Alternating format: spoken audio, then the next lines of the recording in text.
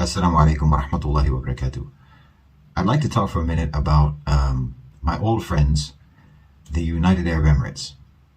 Now, anybody who knows my story knows that me and the Emiratis have been through a lot together.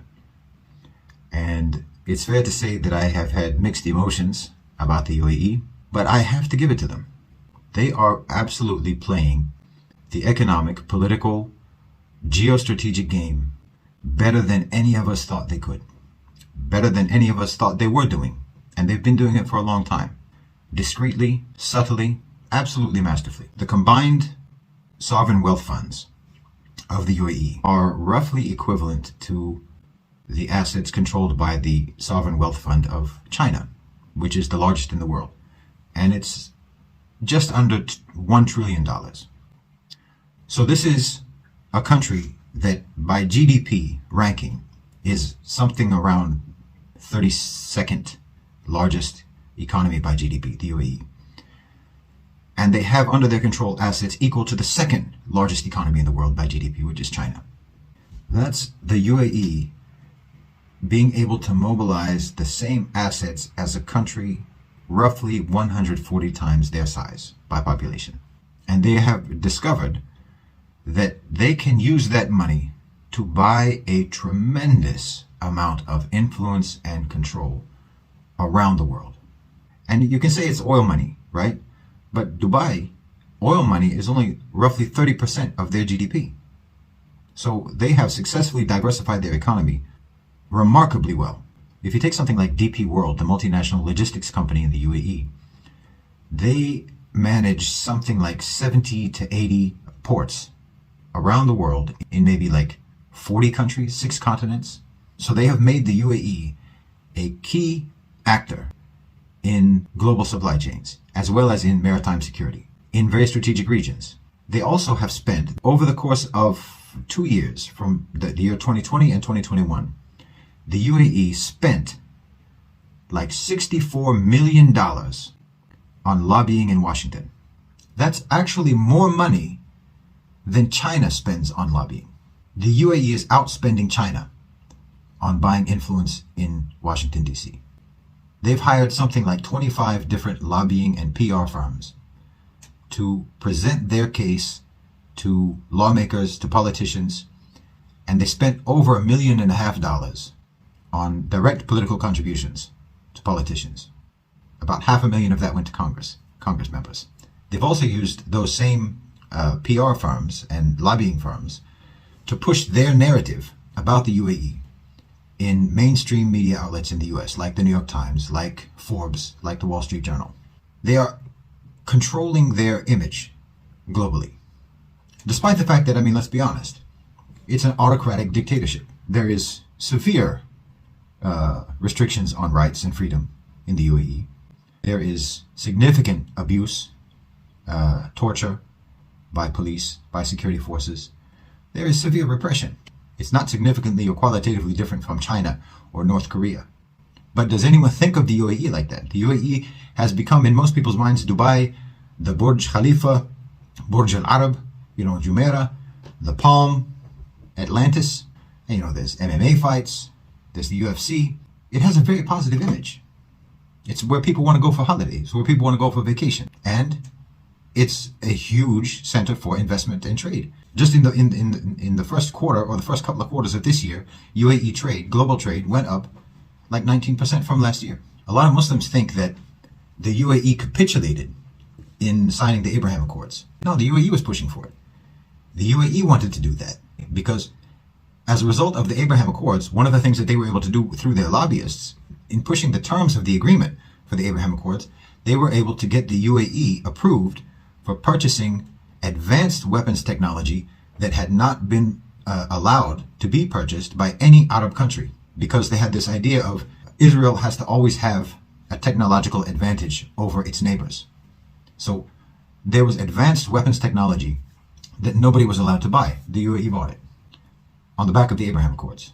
By signing the Abraham Accords, the UAE could solidify itself as a so-called ally of the West, an ally of the United States, a non-hostile Arab regime. So they can't be tarred with the extremist radical label.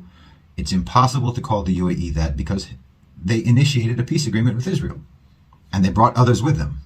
Now, you see how they played on the Ukraine situation. They didn't want to talk to Biden when the war jumped off. They don't want to increase oil. Putin comes to the UAE. They welcome him with full pomp and circumstance. But then right after that, they send millions and millions of dollars, if not billions, I can't remember the figure, but it's a huge amount of money that they sent to Ukraine. They're playing both sides. So you can't accuse them of being just pro-Putin puppets. Now, in terms of also putting their narrative forward in the media, they used to have a newspaper called Al Ru'ya. And the story goes that Al Ru'ya published an article about the UAE lifting fuel subsidies within the country, causing the fuel prices to go very high for locals. And locals didn't want to deal with the higher prices, so some of them were driving over to Oman and filling their tanks there and coming back. And this was covered by Al Ru'ya. Now the story goes that because of this story being published in Al Ru'ya, everybody got fired. And within weeks, the newspaper was dissolved. Now, first of all, there is no press freedom in the UAE. Everybody knows that. There is self-censorship because everybody knows that if they say the wrong thing, they're going to get in trouble. They could go to jail or at the bare minimum be deported. But there's also official censorship in that everything has to pass through the approval of the Dubai media authorities. So this thing got published and everybody got fired. And then the paper got dissolved. But the real reason that the paper got dissolved was because the international media investment group that owns Al Ru'ya had already made a deal with CNN to establish an Arabic language business news outlet. So now the IMI, International Media Investment, which is basically a propaganda wing for the UAE government, is going to be presenting the UAE narrative under the CNN brand. That's brilliant. What are the chances that there's going to be any negative stories reported on CNN after this about the UAE? Now, okay, if it's coming from the UAE press, everybody in the world knows, everybody in the Arab world certainly knows, well, it's propaganda. It's state propaganda. It has no credibility. Now, that same propaganda is going to be presented under the banner of CNN, which has, rightly or wrongly, a greater degree of credibility in the eyes of the news-consuming public.